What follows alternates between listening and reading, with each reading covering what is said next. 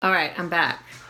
So the reason Robert Ellis Dunn is important is because Robert Ellis Dunn taught composition classes for dancers in the late 1950s and early 60s. He taught composition classes where dancers from the community in New York City, where he was, got together and they practiced and invented procedures like Merce Cunningham and John Cage's chance procedures to create and generate choreography.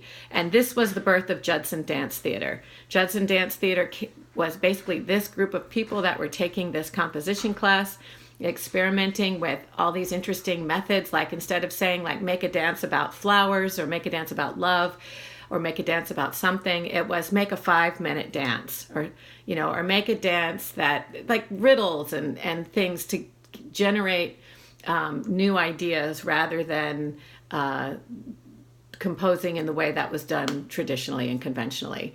So Robert Ellis Dunn is super important in that way. Another thing I want to jump back up and talk about Merce Cunningham. Merce Cunningham is also, he developed, just like Martha Graham, he developed his own technique. And he focused on creating works for the stage. And even though he was revolutionary in terms of how he generated choreography, he was revolutionary. And also he was revolutionary in how he worked with music and his partnership with John Cage. He's not considered one of the Judson Dance Theater people. He is kind of like their precursor. Several people who danced in Judson Dance Theater or were generators and choreographers in Judson Dance Theater danced in Merce Cunningham's company. Merce Cunningham also had some interesting concepts about stage space and narrative. He did not privilege center stage or versus upstage or downstage. All of the stage space had the same value for him. So, which is one of the things that ways that he provoked dance audiences and artists of that time. All right. I am hurrying now because I got to get on a plane to go to New York City in a second. So I think, but though that these three ideas, going back up a little bit, Marcel Duchamp, the fountain, showing us that art is really more about ideas. It is not about beauty. Anna Halprin, who said, you know what?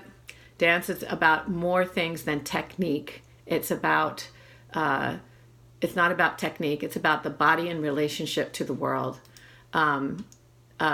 Merce Cunningham, and John Cage and Robert Ellis Dunn, who sort of sorry, I'm losing my words.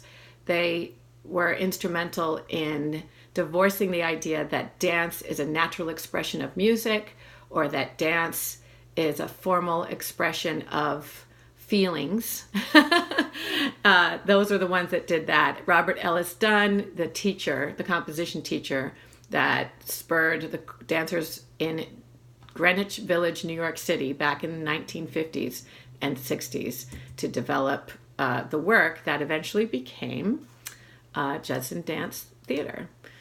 Simone Forti is very closely associated with Judson Dance Theater, but she was from California. She was married to a conceptual artist, minimalist named Bob Morris, and her performance work, was not really ever performed at Judson. It was performed more in art galleries and stuff.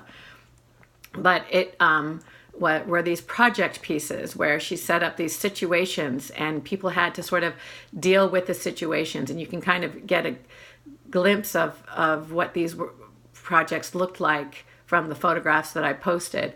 The work in the photograph with the right angles, that's her husband Bob Morris's work.